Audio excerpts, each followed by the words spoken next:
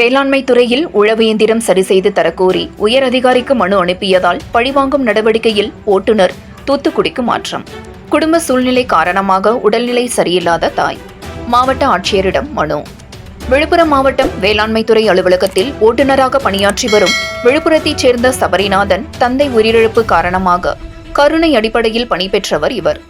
தற்பொழுது வேளாண் துறையில் உழவு எந்திரத்தை ஒட்டி வரும் நிலையில் அதன் பராமரிப்பு சரியில்லாத காரணத்தால் உதவி செயற்பொறியாளரிடம் தொடர்ந்து இதுகுறித்து புகார் தெரிவித்தும் அவர் நடவடிக்கை மேற்கொள்ளாததால் மேல் அதிகாரியிடம் புகார் அளித்தார். இதனால் பழிவாங்கும் அடிப்படையில் அவர் விழுப்புரத்திலிருந்து தூத்துக்குடிக்கு மாற்றப்பட்டார்.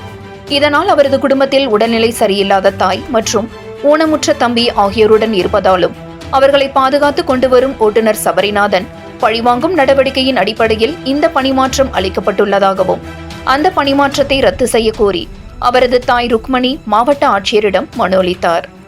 7 கிரீன் நியூஸ் செய்திகளுக்காக விழுப்புரம் மாவட்ட செய்தியாளர் எஸ். கலைக்குமார்.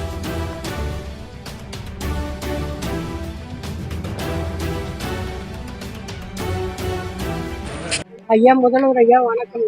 என் மகனை தூத்துக்குடி மாற்றி விட்டார். அவர்களை இங்கே விழுப்புரம் போடுமாறு நான் கேட்டுக்கொள்கிறேன், பணிவுடன் கேட்டுக்கொள்கிறேன். இப்படிக்கு மகன் இல்லை சார், எங்கள் குடும்பம் இல்லை. எனக்கு மாற்றுத்திறனாளி பையன் இருக்கிறார். அனைத்தும் அவன் தான். சபரிநாதன் பையன் தான் எனக்கு அனைத்தும். எனக்கு பையன் இல்லைன்னா எங்களுக்கு வீட்டில் ஒன்றுமே நாங்கள் யாராலுமே ஒன்றுமே பண்ண முடியாது. எனக்கு ரொம்ப பணிவுடன் கேட்டுக்கொள்கிறேன். எனக்கு திருப்பி இங்கேயே பணி அமர்த்தி கொடுக்குமாறு ரொம்ப பணிவுடன் வேண்டி கேட்டுக்கொள்கிறேன். எனக்கு ரொம்ப வணக்கம் ஐயா. எனக்கு நீங்கள் தயவு பண்ணி நீங்கள் போட்டு கொடுத்துருங்க.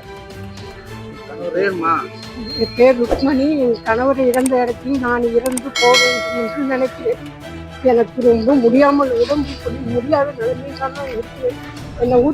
என்னை விட்டு போகக்கூடாது. என் மகன் அவ்வளோ தூரம் போயிட்டா எங்களால் தனியாக நாங்கள் இருந்து எங்களால் பார்த்து கொள்ள முடியாது. என் மகனாலையும் சின்ன மகனாலேயும் என்னாலையும் பார்த்துக்க முடியாது. எனக்கு எங்கள் பெரிய பிள்ளை இங்கே தான் இருக்கணும். நீங்கள் எனக்கு ரொம்ப பணியும் எனக்கு போட்டு மாற்றி போட்டு கொடுக்கணும் ஐயா.